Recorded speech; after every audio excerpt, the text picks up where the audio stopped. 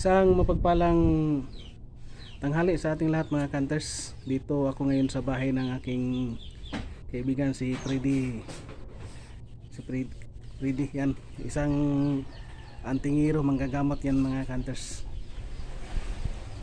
May pinapakita siya sa akin na gamit mga kanters na pwede daw niyang palimusan na daw niya. Kasi parang dandanan niya i-release yung kanyang mga ibang gamit. May bago na siyang mga nakuha din. Kaya akin na yan Fred. Ito mga kanters, oh, yung batong itlog niya, itlog ng ibon na nagiging bato mga kanters. Ayan,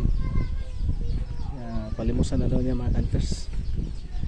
Dito ay tagos sa ano mga kanters, tagos sa ilaw na, tumatagos na yung ilaw. Busay ng ibon, busay ng tibuli.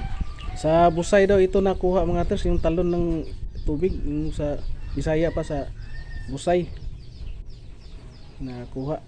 Yan mga kanters, itlog ng ibon na nagiging bato mga kanters. Pila na ni katuig sa mga Fred? Dagan naghapit mga unong katuig. Kani? Sumulan na. Unom daw, 6 na daw na taon ito mga kanters.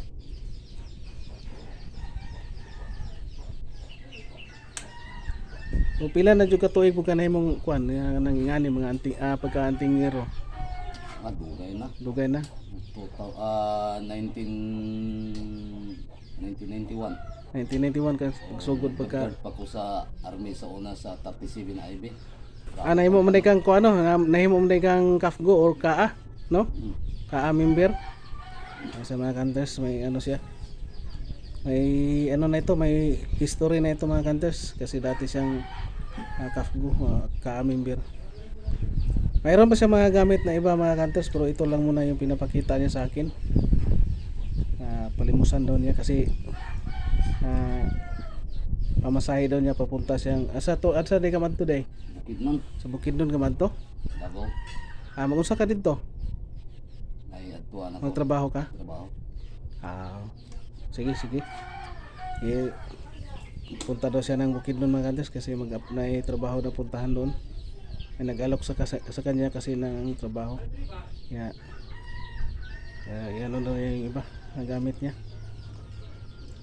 At maraming salamat. And God bless ating lahat mga kanters. And thank you for watching.